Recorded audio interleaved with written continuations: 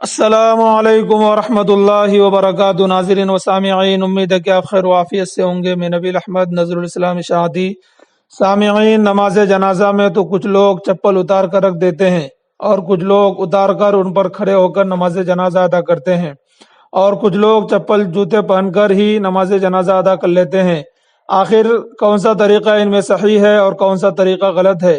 کیا فرماتے ہیں علماء کرام اور مفتیان اعظام؟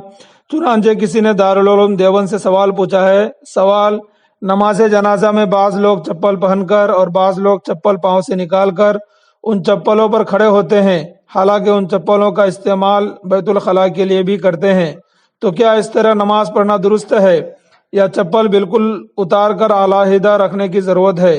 نوٹ: بعض لوگ اپنی بات کو درست کرنے کے لیے یہ بھی کہتے ہیں کہ جب تک چپل پاؤں میں ہے تو چپل اور پاؤں میں اتصال قوی ہے، اور اگر پاؤں نکال کر چپل پر رکھ لے تو اتصال ضعیف ہے۔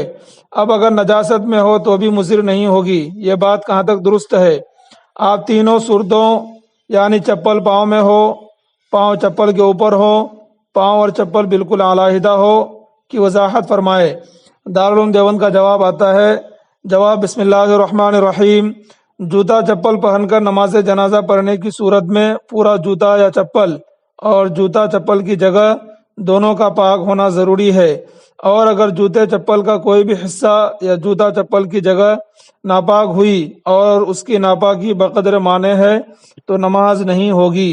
لیکن جو جوتا چپل استنجا خانے لے جاتے ہیں ان کا ناپاک ہونا ضروری نہیں ہے، کیونکہ عام طور پر لوگ احتیاط کے ساتھ ہی آب دست لیتے ہیں اور ناپاک چھینٹیں جوتا چپل پر نہیں پڑتی، اور اگر جوتا یا چپل کا تلا ناپاک ہو تو پاک زمین پر بار بار چلنے اور رگڑ لینے سے وہ پاک ہو جاتا ہے۔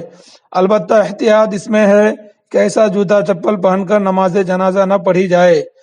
جب آدمی جوتا چپل پہن کر نماز پڑھے گا تو جسم کے کپڑوں کی طرح جوتا چپل انسان کے تابع ہوں گے، اس لیے جگہ کی طرح ان کا بھی پاک ہونا ضروری ہوگا، اور جوتا چپل پر کھڑے ہو کر نماز پڑھی جائے تو اس صورت میں جوتا چپل تابع نہ ہوں گے۔